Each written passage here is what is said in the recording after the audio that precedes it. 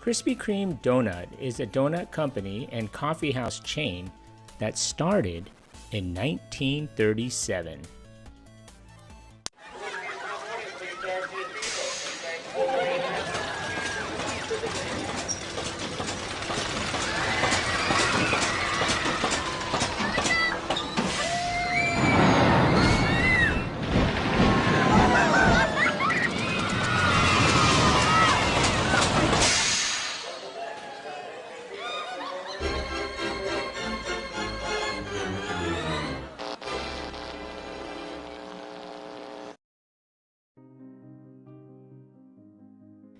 In 1933, 18-year-old Vernon Rudolph, along with his brother Louis Rudolph, began working for his uncle, Ishmael Armstrong, who owned a small general store in Paducah, Kentucky, that sold a wide variety of goods, including its very popular donuts.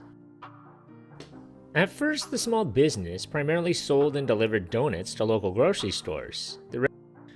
The recipe for their donuts was inspired by an Ohio barge cook named Joseph LaBeouf, who was famous for his light and fluffy donuts. The store would struggle during the Great Depression, and in 1934, Vernon and Ishmael decided to move to Nashville, Tennessee, where they hoped business would be better. The uncle and nephew focused solely on selling their donuts and opened the Krispy Kreme Donut Company in a rented store on Gallatin Road. The shop did so well that Vernon's father, Plummy, also left Kentucky and moved to Nashville to help sell donuts. The company was officially established. Eventually, Rudolph opened a shop in Winston-Salem, North Carolina. Rudolph primarily sold to convenience stores, however. He also sold hot donuts to individual customers who came during production time between midnight and 4 a.m. The first store in North Carolina was located in a rented building at 534 South Main Street in Winston-Salem, in what is now called the historic Old Salem.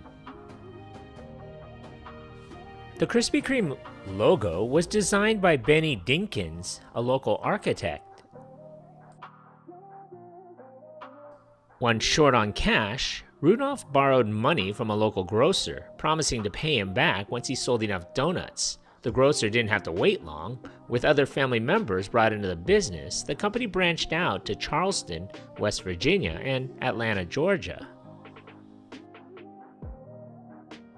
The first Krispy Kreme bakery outside of the South opened in Akron, Ohio in 1939. Expansion occurred in the 1950s, including an early store in Savannah, Georgia.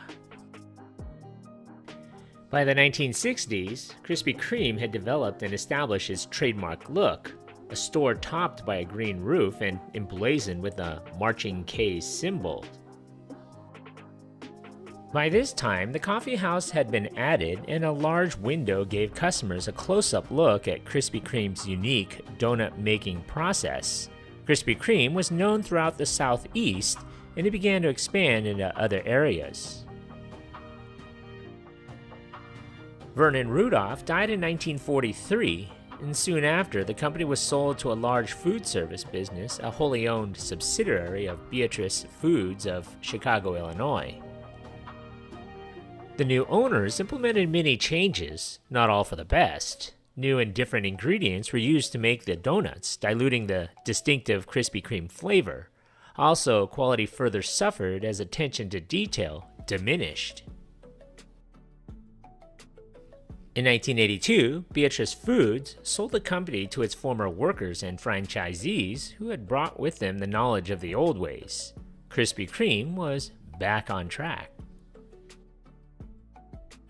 Krispy Kreme began another phase of rapid expansion in the 1990s, opening stores outside the southeastern United States where most of their stores were located.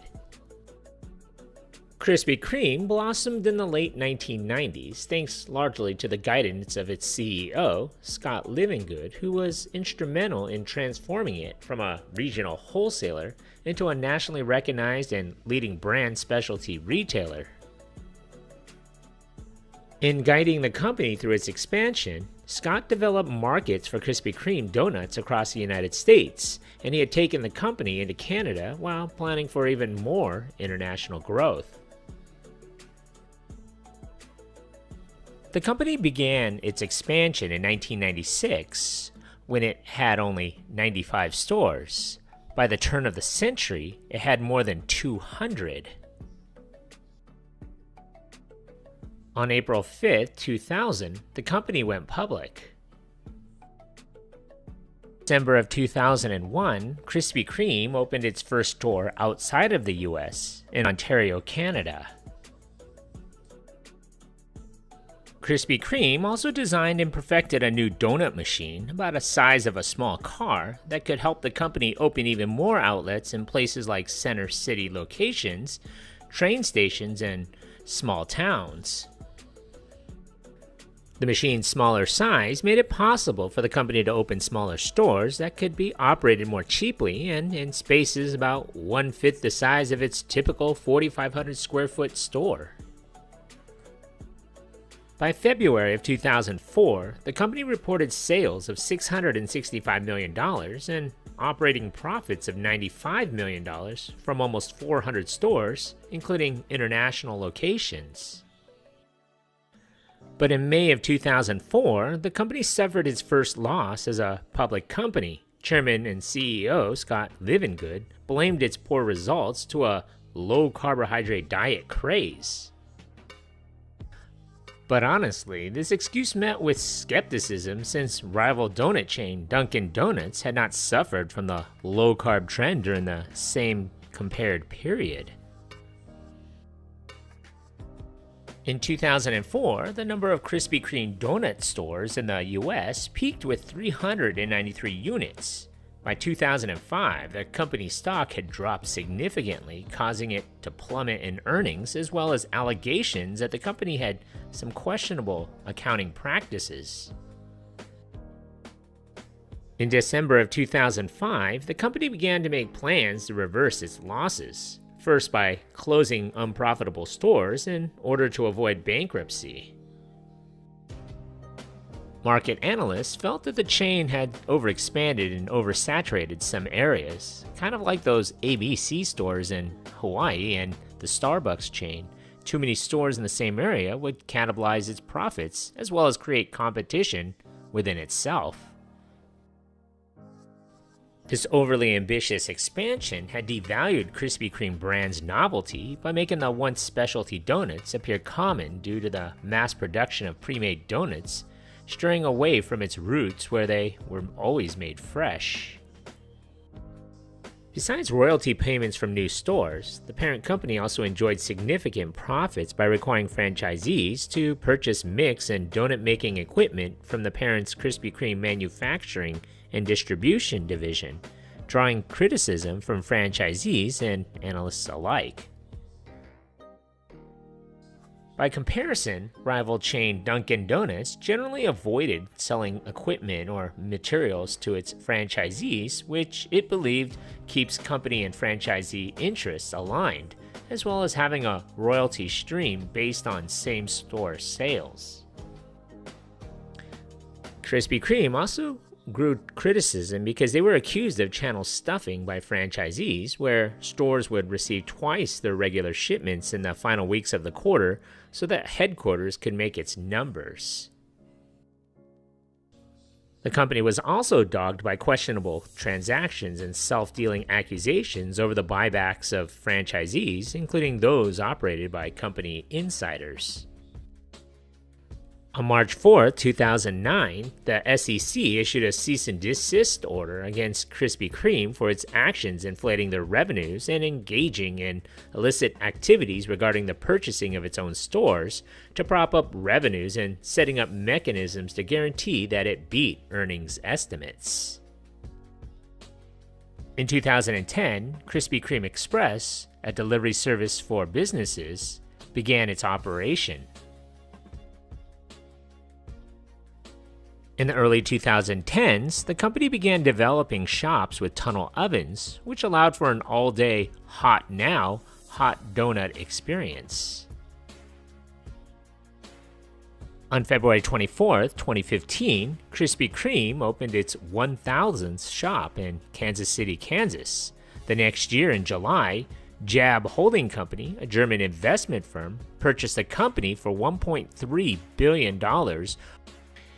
And less than 2 months later, they would make the company privately owned. In 2018, Krispy Kreme acquired bakery chain Insomnia Cookies, which continues to operate independently. In August of 2020, the first Krispy Kreme vending machine was launched, featuring 3 packs of donuts available 24 hours a day. In July of 2021, the company went public again on the NASDAQ. In 2022, the number of Krispy Kreme donut stores in the US was around 352, down from the previous year's total of 373. Last weekend, I decided to make a trip to the local Krispy Kreme donuts. It had been almost 15 years since I had actually gone into a Krispy Kreme store. Me, being from Southern California, I went to the first location that opened in 1999 in La Habra, California, off of Imperial Highway. That store would later close in 2006, less than 7 years in business. I went to the one in the City of Industry, which itself opened in February of 2017. Everything is pretty much the same as I remember it. The same familiar smell and look, with the exception of the higher prices now. In fact, I believe the price for 6 donuts was $18. A lot considering a local donut shop sells donuts for $1.50 each. I remember at one time during the early 2000s, Krispy Kreme donut shops were opening up everywhere. Today, there are fewer than 20 of them now located in Southern California. Of course, you can get Krispy Kreme donuts at your local Stater Brothers.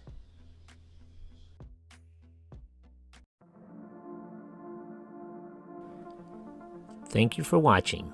If you like this content, and if you haven't already, hit that subscribe button. Thanks.